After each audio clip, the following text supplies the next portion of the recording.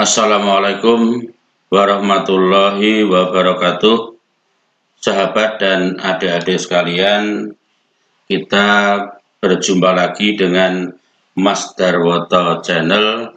Kali ini akan membahas tentang sistem reproduksi pada manusia. Adapun materi yang akan kita bahas pada video ini adalah yang pertama organ reproduksi pada wanita, kemudian hormon kelamin wanita, dan oogenesis. Nah, ini merupakan kelanjutan dari video saya sebelumnya yang sudah kita pelajari bersama tentang organ reproduksi pada pria. Namun sebelum saya teruskan, perhatikan tulisan subscribe. Apabila masih berwarna merah, silahkan klik pula gambar lonceng yang ada di sampingnya, agar sahabat dan adik-adik sekalian senantiasa menerima notifikasi atau pemberitahuan apabila saya mengupload video baru atau materi yang baru. Bagi sahabat dan adik-adik yang sudah subscribe, saya ucapkan terima kasih. Nah, yang kita bahas pertama adalah organ reproduksi pada wanita. Yang pertama adalah ovarium atau disebut dengan indung telur. Ovarium ini berjumlah sepasang yang terletak di rongga pelvis atau pada panggul. Berfungsi sebagai tempat oogenesis, yaitu pembentukan ovum atau sel telur. Nah, ini prosesnya disebut dengan oogenesis, serta menghasilkan hormon estrogen dan progesteron. Kemudian yang kedua adalah tuba Fallopi atau oviduct atau oviduct. Nah, ini terdiri atas bagian bagian-bagiannya ada infundibulum, ada ampula, ada isthmus. Nah, ini merupakan tempat terjadinya fertilisasi atau pembuahan, yaitu pertemuan antara sel sperma dan ovum. Jadi nanti fertilisasi terjadinya di oviduct atau tuba Fallopi. Kemudian yang ketiga adalah uterus. Uterus ini terletak di antara rektum dan kantung kemih. Dindingnya tersusun dari perimetrium, myometrium, dan endometrium. Endometrium ini berfungsi sebagai tempat implantasi zigot dan pertumbuhan janin. Jadi nanti setelah terjadi fertilisasi, maka nanti zigot ini akan menempel atau disebut dengan implantasi, dan pertumbuhan janin ini terjadi pada uterus. Tepatnya nanti akan menempel atau implantasinya pada dinding endometrium. Jadi endometrium ini merupakan bagian dari uterus. Nah, kemudian vagina. Nah, vagina ini sebagai organ kelamin luar pada wanita, ya kan?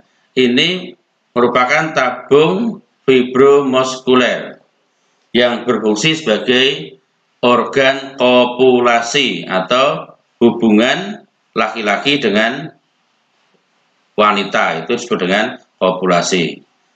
Nah, fungsi yang lain ini juga sebagai jalan aliran menstruasi. Jadi kalau wanita nanti mengalami menstruasi, juga akan keluar lewat vagina, dan juga sebagai jalan lahir bayi. Jadi kalau proses melahirkan normal, ini nanti bayi ya akan keluar lewat vagina.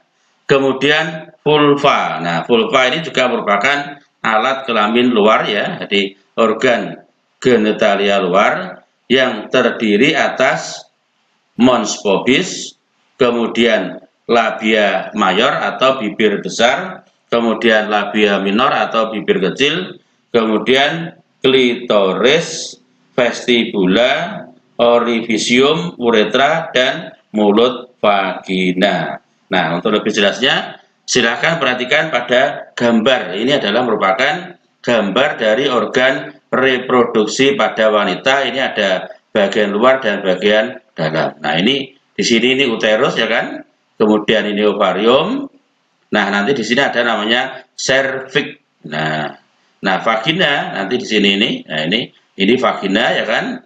Kemudian nanti di sini ada labium mayor, bibir besar, ada labium minor, klitoris ya. Kemudian nanti juga di sini uretra, mons pubis, dan nanti di sini ada kandung kemih. Nah, silakan nanti diperhatikan dengan teliti sehingga nanti adik-adik dan sahabat sekalian bisa memahami bagaimana organ reproduksi pada wanita. Nah, sekarang yang kedua akan kita bahas hormon kelamin pada wanita. Yang pertama adalah estrogen. Estrogen ini dihasilkan oleh ovarium dan plasenta, berpengaruh pada pertumbuhan organ reproduksi, kelenjar mamae, sekresi cairan pada serviks yang memudahkan sperma masuk ke uterus dan proses kelahiran. Nah, ini. Kemudian yang kedua adalah progesteron. Ini dihasilkan oleh ovarium dan plasenta, berfungsi merangsang pertumbuhan endometrium pada uterus, menghambat kontraksi uterus, merangsang pertumbuhan sel alveolar, kelenjar mamae ya, meningkatkan vigositas mukus pada serviks ya kan, untuk menghambat masuknya sperma dan sedikit meningkatkan suhu tubuh. Kemudian hormon LH atau luteinizing hormone ini dihasilkan oleh kelenjar hipofisis, berfungsi merangsang ovarium untuk memproduksi estrogen dan progesteron serta memacu pertumbuhan korpus luteum dan terjadinya ovulasi. Nah, ini nanti terutama pada saat ovulasi ya, ovulasi. Ini pertumbuhan korpus luteum. Nah, dan ovulasi. Kemudian FSH atau follicle stimulating hormone. Ini juga dihasilkan oleh kelenjar hipofisis, berfungsi merangsang ovarium untuk memproduksi estrogen dan progesteron serta memacu pertumbuhan dan perkembangan folikel telur. Nah, atau juga sel telur. Kemudian ada hormon GnRH atau gonadotropin releasing hormone. Ini dihasilkan oleh kelenjar hipotalamus, berfungsi merangsang hipofisis untuk mensekresi LH dan FSH. Kemudian ada hormon HCG atau human chorionic gonadotropin. Ini dihasilkan oleh sel-sel embrionik mulai dari hari ke-10 setelah terjadinya fertilisasi atau pembuahan, dan nanti juga berfungsi mempertahankan produksi progesteron dan estrogen oleh ovarium. Nah, di sini nanti kalau ada wanita ya yang sudah menghasilkan hormon HCG ini, nah biasa nanti melalui tes kehamilan itu, maka nanti wanita itu dinyatakan hamil. Jadi kalau mungkin adik-adik dan sahabat sekalian tahu, oh ini apa namanya tes untuk kehamilan. Nah, ini ternyata pada hari ke-10 setelah pembuahan itu sudah bisa dideteksi. Nah, kenapa? Karena wanita itu kalau hamil pada hari ke-10, mulai hari ke-10 ini sudah menghasilkan hormon HCG ini. Kemudian laktogen plasenta. Nah, ini dihasilkan oleh plasenta, berfungsi merangsang pertumbuhan kelenjar mamae atau kelenjar susu untuk persiapan laktasi. Laktasi itu menyusui ya, dan menyediakan energi pada ibu hamil. Jadi ini hormon laktogen plasenta ini sangat penting, terutama nanti untuk ibu-ibu yang mau melahirkan, karena nanti untuk supaya produksi ASI-nya ini bisa banyak dan bisa lancar. Kemudian ada namanya hormon tirotropin chorionik, ini dihasilkan oleh plasenta, berfungsi meningkatkan laju metabolisme pada ibu hamil. Kemudian hormon relaksin ya, ini dihasilkan oleh korpus luteum pada ovarium dan plasenta, berfungsi merelaksasi serviks dan fibrokartilago pada tulang panggul untuk memudahkan kelahiran. Nah, ini hormon relaksi ini nanti ini sangat penting pada waktu proses melahirkan. Kemudian ada hormon prolaktin, ini dihasilkan oleh hipofisis, berfungsi untuk merangsang pertumbuhan ductus dan alveolus pada kelenjar mamai. Nah, pada saat melahirkan dan produksi ASI pada saat menyusui. Nah, ini juga penting prolaktin ini nanti untuk terutama nanti untuk produksi ASI pada saat ibu setelah melahirkan dan menyusui. Kemudian hormon oksitosin. Ini dihasilkan oleh kelenjar hipofisis yang berfungsi merangsang kontraksi uterus ya untuk proses kelahiran dan merangsang kelenjar mamai untuk pengeluaran air susu atau ASI. Nah, ini oksitosin ini biasanya kalau orang mau melahirkan ini terjadi kontraksi pada uterus atau pada dinding rahim sehingga nanti proses melahirkannya bisa normal ya, bisa lancar, prosesnya normal, tidak perlu operasi sesar. Ini fungsi hormon oksitosin.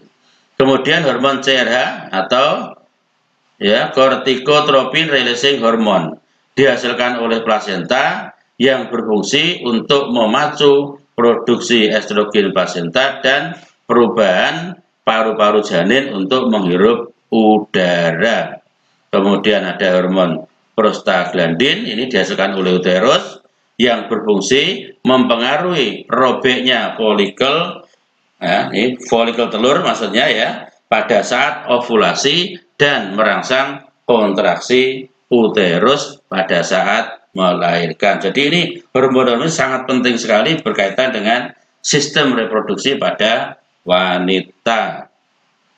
Nah, sekarang yang terakhir akan saya jelaskan tentang proses oogenesis, yaitu gametogenesis pada wanita.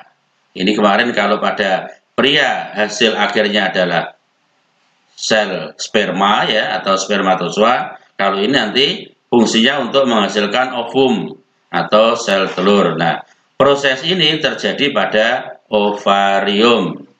Nah, bagaimana prosesnya? Nah, ini yang pertama adalah sel germinal ya kan, atau disebut dengan oogonium ya. Nanti akan mengalami pembelahan meiosis. Nah, ini nanti pembelahan ini mengalami pembelahan mitosis ya.